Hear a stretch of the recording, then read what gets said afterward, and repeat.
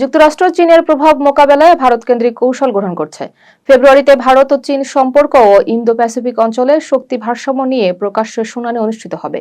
শোনা যাবে বাণিজ্য, প্রতিরক্ষা ও প্রযুক্তি খাতে ভারতের আত্মনির্ভরশীলতার কৌশল। ইরানের সর্বোচ্চ নেতা আয়াতুল্লাহ আলী খামেনি দেশজুড়ে বিক্ষোভের জন্য যুক্তরাষ্ট্র ও ইসরায়েলকে দায়ী করেছেন। তিনি বলছেন, মাহসা আমিনের মৃত্যুকে ব্যবহার করে বিদেশি শক্তি দেশ অস্থিতিশীল করছে। খামেনি নিরাপত্তা বাহিনীকে প্রশংসা করেছেন। কানাডার সাবেক মন্ত্রিসভার সদস্য বিল ব্লেয়ার হাউস অব কমন্স থেকে পদত্যাগ করেছেন। তিনি যুক্তরাজ্যে কানাডার হাইকমিশনার হিসেবে দায়িত্ব গ্রহণ করবেন। তার পদত্যাগে স্কারবোরোর রাজনীতিতে প্রভাব পড়তে পারে। ইরানের প্রেসিডেন্ট পেজেশকিয়ান যুক্তরাষ্ট্রের সঙ্গে পারমাণবিক আলোচনার অনুমোদন দিয়েছেন। আগামী শুক্রবার তুরস্কে দুই দেশের প্রতিনিধিরা বৈঠকে বসবেন। কিছু প্রতিবেশী দেশও অংশ নিতে পারে। পেজেশকিয়ান বলেছেন, আলোচনায় হুমকি বা অযৌক্তিক শর্ত রাখা চলবে না।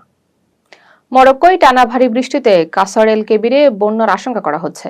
নিরাপত্তার কারণে 50,000-এর বেশি মানুষ সরানো হয়েছে। নদীর পানি বেড়ে শহরের বিদ্যুৎ ও স্কুল সাময়িক বন্ধ হয়েছে। উয়েদ মাখাজিন বাঁধের অতিরিক্ত পানি পরিস্থিতি জটিল করেছে। সেনাবাহিনী উদ্ধার কাজে নেমেছে। হেলিকপ্টার ও যানবাহন ব্যবহার করে মানুষকে নিরাপদে সরানো হচ্ছে।